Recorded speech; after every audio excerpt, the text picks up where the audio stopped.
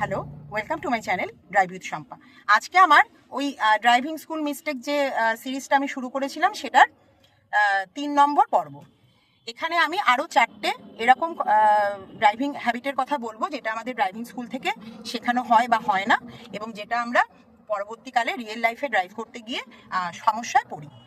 তো আজকে আগের দুটো ভিডিওতে আমি একটা ভিডিওতে ফার্স্ট ভিডিওতে 4টে এবং তারপরে 5 থেকে 8 মানে আরও 4টে আমি দিয়েছিলাম টপিক। যদি না দেখে থাকেন চ্যানেলে রয়েছে, সেটা সেই দুটো ভিডিও আপনারা দেখে নেবেন। ভিডিওটা শুরু করার আগে আমি যথারীতি আবার ডিসক্লেমার দিচ্ছি, সেটা হচ্ছে এই ভিডিও করার উদ্দেশ্য আমার কোনো ড্রাইভিং স্কুলকে ছোট করা বা কোনো ড্রাইভিং স্কুলকে ডিফেম করা বা ড্রাইভিং স্কুলদের এগেনস্টে কোনো নেগেটিভ প্রোপাগান্ডা করা আমার উদ্দেশ্য নয়। আমার একমাত্র উদ্দেশ্য হচ্ছে নতুন ড্রাইভাররা যারা ড্রাইভিং স্কুল থেকে গাড়ি চালানো শিখে রাস্তায় রিয়েল লাইফে গাড়ি চালাতে বেরিয়ে বিভিন্ন সমস্যার সম্মুখীন হচ্ছেন এবং ড্রাইভিং স্কুলে শেখা এক্সপিরিয়েন্সগুলোর সাথে নিজেদের রিয়েল লাইফে ড্রাইভিংয়ের এক্সপিরিয়েন্সকে ম্যাচ করতে পারছেন না, তাদেরকে হেল্প করা। আর সেকেন্ডলি হচ্ছে আমার দূর দূরান্ত কোনো রকমের মানে অভিসন্ধি নেই যে আমি নিজে একটা ড্রাইভিং স্কুল করব, অর্থাৎ আগে থেকে আমি ফিল্ড তৈরি করছি যে অন্যান্য ড্রাইভিং স্কুলরা ভুল শেখায় এবং আমি ঠিক শেখাবো, এই কারণে আমার কাছে আসুন ড্রাইভিং শিখতে। তো এই ধরনের কোনো অভিসন্ধি আমার নেই। তো এটা আমি ডিসক্লেমার হিসেবে আগে বলে নিলাম, নিয়ে এবারে আমি ভিডিওটা শুরু করছি। তো আজকে 3 নম্বর ভিডিওতে প্রথম টপিকটা, অর্থাৎ 9 নম্বর টপিক, সেটা হচ্ছে ধরুন আপনার গাড়ি রাস্তার ধারে কোথাও আপনি দাঁড় করিয়ে রেখেছেন। আমাদের ইন্ডিয়াতে যেহেতু রাইট হ্যান্ড ড্রাইভ, তো সুতরাং আমরা রাস্তার বাঁদিকে গাড়ি দাঁড় করাই। এখানে যেমন আমি রাস্তার বাঁদিকে গাড়ি দাঁড় করিয়েছি। এবারে ধরুন আমি গাড়িটা এবার চালানো শুরু করব। তো চালানো শুরু করার সময় আমাকে কি করতে হবে? ফার্স্টে তো মিরার টিরার আমি চেক করবই, কিন্তু তারপরে কিন্তু আমাকে গাড়িটা শুরু করার সময় ইন্ডিকেটারটা অন করতে হবে, রাইট ইন্ডিকেটার অন করতে হবে। কারণ আমি যেহেতু রাস্তার বাঁদিক চেপে দাঁড়িয়েছি, সুতরাং রাস্তায় উঠতে গেলে, গাড়িটাকে নিয়ে উঠতে গেলে আমাকে একটুখানি গাড়ির মুখটাকে ডান দিকে করতে হবে। আমার পেছন দিক থেকে আসা গাড়ির যে ড্রাইভাররা, তারা কি করে বুঝবে যে একটা চলন্ত মানে একটা থেমে থাকা গাড়ি হঠাৎ করে চলতে শুরু করবে এবং সেই রাস্তার একটু ডান দিকটা নেবে? এটা তাদের তো বুঝতে দিতে হবে, নইলে তারা হাই স্পিডে আসতে থাকলে তারা ধাক্কা মেরে দিতে পারে। তো এই কারণে আমাদের কিন্তু অবশ্যই এই রাইট ইন্ডিকেটরটা দিয়ে গাড়ি চালানো শুরু করা উচিত, যেটা কিন্তু আমাদের ড্রাইভিং স্কুলে বলা হয় না। তো আপনি যে ড্রাইভিং স্কুল থেকে ড্রাইভিং শিখেছিলেন সেখানে এটা বলা হয়েছিল কিনা অবশ্যই কমেন্ট করে জানাবেন। এবার হচ্ছে 10 নম্বর পয়েন্ট, ড্রাইভিং স্কুল থেকে শেখা মিস্টেকে। সেটা কি? সেটা হচ্ছে খুব স্লো স্পিড ড্রাইভিং। দেখুন, ড্রাইভিং স্কুলে যখন ইনস্ট্রাক্টর আপনাকে পাশে বসিয়ে গাড়ি চালানো শেখান, তখন কিন্তু উনি কখনোই আপনাকে এনকারেজ করেন না হাই স্পিড চালানো, এবং সেটা করা উচিতও নয়। কারণ আপনি তখন নতুন ড্রাইভার, আপনাকে তখন স্লো স্পিডে গাড়ি চালাতে হবে, এবং যত স্লো স্পিডে চালাবেন তত আপনার গাড়ির ওপরে কন্ট্রোল বাড়বে এবং আপনি গাড়ির সবকিছু বুঝতে পারবেন। হ্যাঁ, তো সেই কারণে ওই 10-20 ইত্যাদি স্পিডে কিন্তু চালানো হয় ড্রাইভিং স্কুলে। কিন্তু অনেকে এটাকেই অভ্যেস করে নেয়। ড্রাইভিং স্কুল থেকে বেরোবার পরেও, পার্মানেন্ট লাইসেন্স পেয়ে যাওয়ার পরেও ওই 10-20-30-এর ওপরে স্পিড তুলতে ভয় পেয়ে যান। কারণ কি, ওই ড্রাইভিং স্কুলে যেহেতু তারা ওটাই প্র্যাকটিস করেছেন, ওই স্পিডেই তারা কমফোর্টেবল থাকেন, গিয়ার আপ করতে ভয় পান, গাড়ির স্পিড তুলতে ভয় পান। এটাকে কিন্তু ছাড়তে হবে।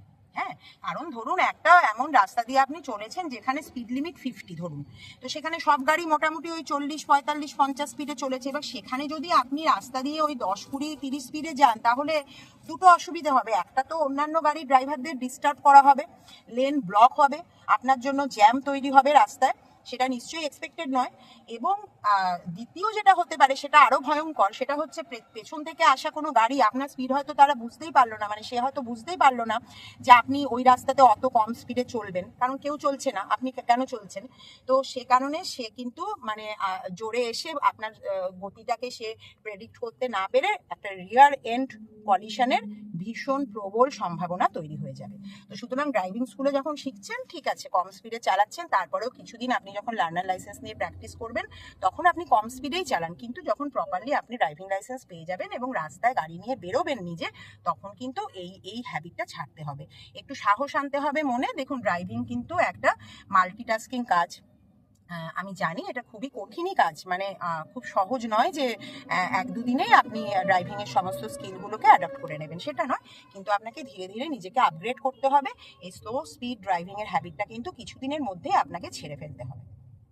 আচ্ছা, এবারে বলছি 11 নম্বর পয়েন্ট, অর্থাৎ ড্রাইভিং স্কুল থেকে শেখা যে মানে যে ড্রাইভিং হ্যাবিটগুলো যেগুলো আমি চেঞ্জ করতে বলছি তার মধ্যে 11 নম্বর পয়েন্ট সেটা হচ্ছে গিয়ার শিফট না করা। দেখুন ড্রাইভিং স্কুলে আপনি যখন ইনস্ট্রাক্টরের সঙ্গে বসে ড্রাইভ করছেন তখন কিন্তু রেয়ারলি আপনাকে মানে গিয়ার শিফট করতে বলা হয়। ইনস্ট্রাক্টর আপনাকে কিন্তু গিয়ার শিফট করতে খুব একটা বলেন না। আপনার ড্রাইভিং স্কুল বলে কিনা, মানে আপনার ইনস্ট্রাক্টর বলেছেন কিনা বা বলেন কিনা সেটা অবশ্যই কমেন্টের মাধ্যমে জানাবেন। আচ্ছা, আমি অন্তত যে ড্রাইভিং স্কুল থেকে ড্রাইভিং শিখেছিলাম সেখানে ওই ফার্স্ট আর ম্যাক্সিমাম সেকেন্ড গিয়ার, এর বেশি কিন্তু গিয়ার শিফট আমাদেরকে কোনোদিন শেখানোই হয়নি। দেখানো হয়েছিল খালি এটা থার্ড গিয়ার, ওটা ফোর্থ গিয়ার, তাও একটা পেপারে ড্র করে, মানে প্র্যাকটিক্যাল গিয়ার লিভার ইয়ে করে কিন্তু দেখানো হয়নি। ঠিক আছে, তো এইটাও কিন্তু আপনাকে ছাড়তে হবে। যখন ড্রাইভিং স্কুলে আপনি করছেন আপনি ইনস্ট্রাক্টরকে চাপ দেবেন। আপনি যদি এখনো ড্রাইভিং স্কুলে গাড়ি চালানো শেখেন বা শিখবেন তাহলে ইনস্ট্রাক্টরকে আপনি বলবেন যে স্যার আমি এবার থার্ড গিয়ারে চালাবো। ধরুন অনেকক্ষণ ধরে সেকেন্ড গিয়ারে আপনি চলছেন 20 স্পিডে, হ্যাঁ, তখন আপনি নিজে বলবেন ইনস্ট্রাক্টরকে যে স্যার আমি এবার থার্ড গিয়ারে একটু চালাতে চাই আর একটু স্পিড বাড়াতে চাই, এগুলো বলবেন। তাহলে উনি আপনাকে দিয়ে সেটা করাবে, আদারওয়াইজ কিন্তু আমার মনে হয় না উনি করবেন বলে। আচ্ছা, এবারেতে যেটা সেটা হচ্ছে যে প্রপার স্পিডটা আপনাকে জানতে হবে। মোটামুটি দেখুন 0 থেকে 20 কিলোমিটার পার আওয়ার পর্যন্ত ফার্স্ট গিয়ারে চালানো যায়, সেটা কিন্তু কখনোই চালানো উচিত নয়। ফার্স্ট গিয়ারে ম্যাক্সিমাম হচ্ছে গাড়িটাকে তোলার জন্য, গাড়িটাকে আপনি স্ট্যান্ড স্টিল অবস্থা থেকে রানিং করলেন, তারপরে একটু স্পিডটা উঠে গেলেই 10-এর ওপরে উঠে গেলেই কিন্তু আপনাকে সেকেন্ড গিয়ার দিয়ে দিতে হবে। তারপরে মোটামুটি দেখুন সেকেন্ড গিয়ারে 30 অব্দি চালানো যায়, কিন্তু 30 অব্দি না চালানোই ভালো। 20-25-এর ওপরে চলে গেলে আপনি থার্ড গিয়ার দিয়ে দেবেন। এবার থার্ড গিয়ারে 40 অব্দি চালানো যায়, তবে মোটামুটি 35 ক্রস করে গেলে আপনি ফোর্থ গিয়ার দিয়ে দেবেন। ফোর্থ গিয়ারে 60 অব্দি চালানো যায়, কিন্তু অতটা না চালানোই ভালো, আরপিএমটা অনেক রাইজ করে যায়। তো সেই কারণে ফোর্থ গিয়ারে আপনি ওই ম্যাক্সিমাম ধরুন 40-45 অব্দি চালাবেন, তারপরে 50-র ওপরে গেলে কিন্তু আপনাকে ফিফথ গিয়ার দিয়ে দিতে হবে। এগুলো কিন্তু আপনাকে নিজেকে প্র্যাকটিস করতে হবে, ড্রাইভিং স্কুল কিন্তু এগুলো আপনাকে শেখাবে না। তো এই প্রপারলি গিয়ার শিফট করার জন্য যে মেথডটা সেটাও আমি দেখিয়ে দিয়েছিলাম আমার এই সিরিজেরই, এই ড্রাইভিং স্কুল মিস্টেকের সিরিজেরই বোধহয় সেকেন্ড এপিসোডে রয়েছে। আপনারা কাইন্ডলি একটু সার্চ করে দেখে নেবেন গিয়ার কিভাবে শিফট করতে হয়। তো আমি এখানে আরেকটু দেখিয়ে দিচ্ছি। দেখুন গিয়ার শিফট করার সময় আপনাকে প্রথমে অবশ্যই ফুল ক্লাচ প্রেস করতে হবে। এটা হচ্ছে গিয়ারের নিউট্রাল পজিশন, অর্থাৎ গিয়ার লিভার যখন আপনার ডান দিক এবং বাঁ দিকে ফ্রিলি মুভ করছে তখন এটা নিউট্রাল পজিশনে আছে, এটা কোনো গিয়ার নয়। এবারেতে এই যে একদম এক্সট্রিম লেফটে নিয়ে গিয়ে সামনের দিকে ঠেললেন, এটা হয়ে গেল ফার্স্ট গিয়ার। ওই এক্সট্রিম লেফটেই হাতের প্রেশার রেখে পেছন দিকে আনলে এটা হয়ে গেল সেকেন্ড গিয়ার।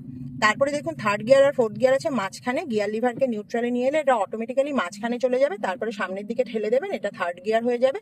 আর তার পেছন দিকে আছে ফোর্থ গিয়ার, এই যে নিউট্রাল, এই ফোর্থ গিয়ার। আচ্ছা, ফিফথ গিয়ার হচ্ছে একদম এক্সট্রিম রাইট সাইডে, অর্থাৎ গিয়ার লিভারকে প্রথমে নিউট্রালে নিয়ে গিয়ে হাতের প্রেশারকে রাইট সাইডে রেখে এইভাবে নিয়ে এই সামনের দিকে ঠেলে দিলে এটা ফিফথ গিয়ার হয়ে গেল। পেছন দিকে আছে রিভার্স গিয়ার, কিন্তু ডাইরেক্টলি তো রিভার্স গিয়ারে যাওয়া যায় না, প্রথমে নিউট্রাল আনুন, নিউট্রাল চেক করুন, তারপরে এইভাবে হাতের প্রেশারকে আবার ডান দিকে রেখে পেছন দিকে ঠেলবেন, তাহলে এটা পড়ে গেল আপনার রিভার্স গিয়ারে। ঠিক আছে, তো এইভাবে আপনাকে গিয়ার শিফট করতে হবে এবং গিয়ার শিফটের সময় প্রত্যেকবার কিন্তু আপনাকে ফুল ক্লাচটা প্রেস করতে হবে। এটা আপনারা ভালো করে প্র্যাকটিস করবেন, ড্রাইভিং স্কুলে অতটা ভালোভাবে মনে হয় না এটা শেখানো হয় বলে। যদি আপনার ড্রাইভিং স্কুল শিখিয়ে থাকে তাহলে তো খুবই ভালো, কমেন্টের মাধ্যমে অবশ্যই জানাবেন, আর যদি না শিখিয়ে থাকে তাহলে আমি বলে দিলাম এভাবে করবেন। আচ্ছা, আজকের এপিসোডের লাস্ট যে পয়েন্টটা সেটাও কিন্তু গিয়ার নিয়ে, মানে এটা হচ্ছে 12 নম্বর পয়েন্ট, যেটা ড্রাইভিং স্কুলে হয়তো শেখানো হয় না। আচ্ছা, সেটা হচ্ছে কি, গিয়ার শিফট করার পরে অনেকের গাড়ি দেখবেন গোত্তা খায়, ভীষণ বাজে মানে ড্রাইভিং এক্সপিরিয়েন্স হয়, এবং যে গাড়িতে চড়ে তারও খুব বাজে এক্সপিরিয়েন্স হয়। প্রত্যেকবার সে গিয়ার শিফট করছে আর গাড়ি ঝাঁকুনি খাচ্ছে।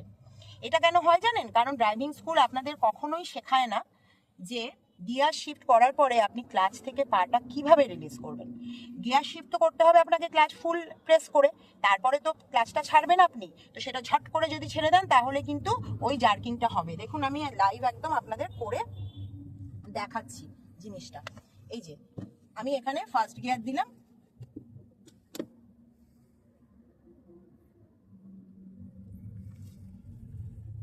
ঠিক আছে, ফার্স্ট গিয়ার দিলাম, এবারে দেখুন স্পিড একটু বেড়ে গেছে, আমি সেকেন্ড গিয়ার দিলাম, এই দেখুন পাটা কিরম ভাবে রিলিজ করলাম, কি দেখলেন? দেখুন দেখেননি হয়তো, আরেকবার দেখাই। এবার দেখুন সেকেন্ড গিয়ার থেকে সিট বেল্ট পরিনি বলে এই আওয়াজটা হচ্ছে, ডোন্ট মাইন্ড। আচ্ছা, এই দেখুন থার্ড গিয়ার দিচ্ছি, ঠিক আছে, এই দেখুন পাটাকে রিলিজ করছি, দেখুন ধীরে ধীরে রিলিজ করলাম, গাড়ি কিন্তু কোনো গোত্তা খেলো না।